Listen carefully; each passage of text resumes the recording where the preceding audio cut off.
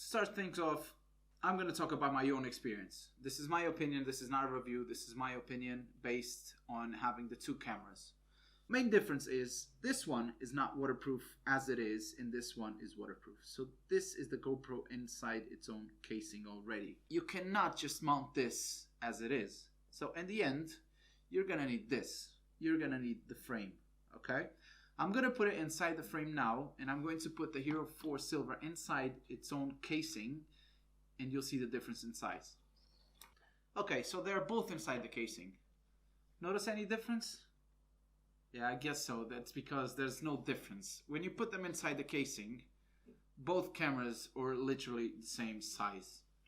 So this whole, oh, it's smaller, oh this, oh that, it goes down the drain because both cameras are in fact the same size when they are inside the casing. So size isn't a buying option. This one is waterproof 40 meters as it is inside its own casing. This one is waterproof 10 meters. If you want to go further than that, you need to buy a diving casing that will cost you 50 pounds and it will allow you to go 60 meters deep. This one comes included in the GoPro and it can go 40 meters deep. About resolutions, real world application, they will both do the same. Okay, so this will do 1080p 60 fps, this will do 1080p 60 fps. If you're looking for slow-mo, then this will be your choice. This will do 1080p 120 and will do 720p 240 fps. So this will give you that massive, nice slow-mo effect.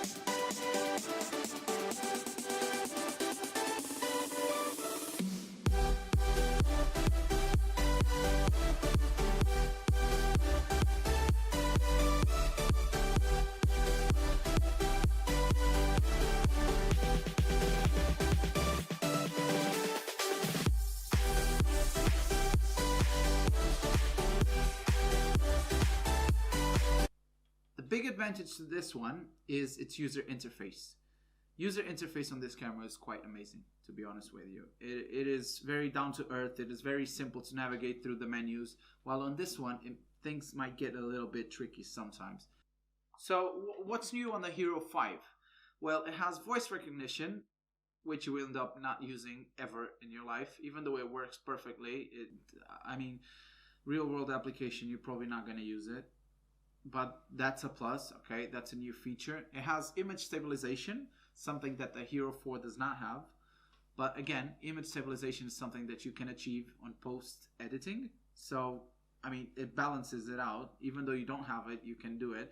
Because this is a digital image stabilization. So what happens is the machine itself, the GoPro itself, will post-edit your video and it will crop 10% around the borders, making it less jerky and less shaky. You can do the same thing in post-editing with this one. 1080p, 60 fps, image stabilizer.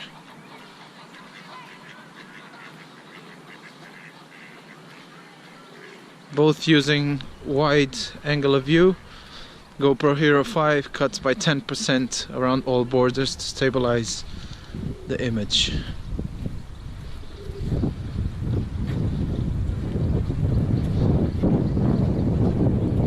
This is me just handhelding or hand holding both GoPros, so you can see how much one stabilizes against the other.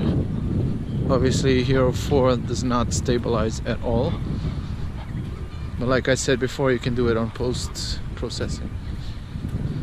Another new feature on the Hero 5 is the GPS. This GPS will not only allow you to record metadata, so location and whatnot, but it will also allow you to overlay graphics if you're using GoPro's own editing software.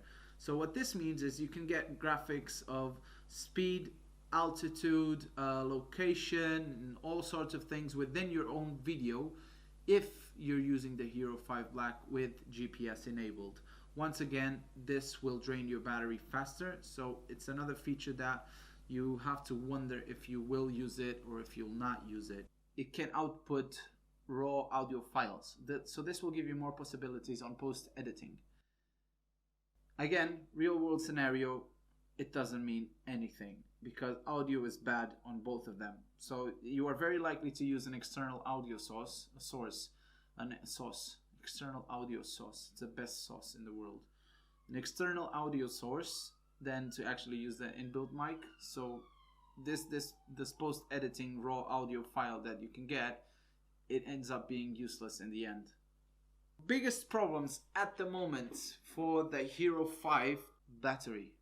Okay, even though the battery lasts longer, it's probably 10 minutes longer, but you have one big disadvantage, is you cannot get aftermarket batteries at the moment for the Hero 5. You do have some people selling them. If you check on Amazon, you will find them, but GoPro launched the firmware update that makes aftermarket batteries not work. So this means you need to spend £20 on a new battery for your own GoPro, when you could spend 15 and buy 2 batteries and the charger from an aftermarket company.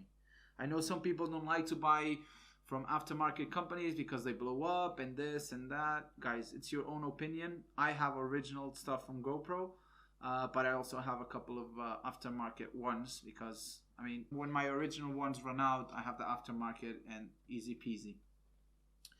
Another thing, mic input. Okay, so once again, GoPro changed the mic input. They came out of the jack, regular mic jack from the previous Heroes. Then they implanted the USB that you need an adapter. Okay, that's fine.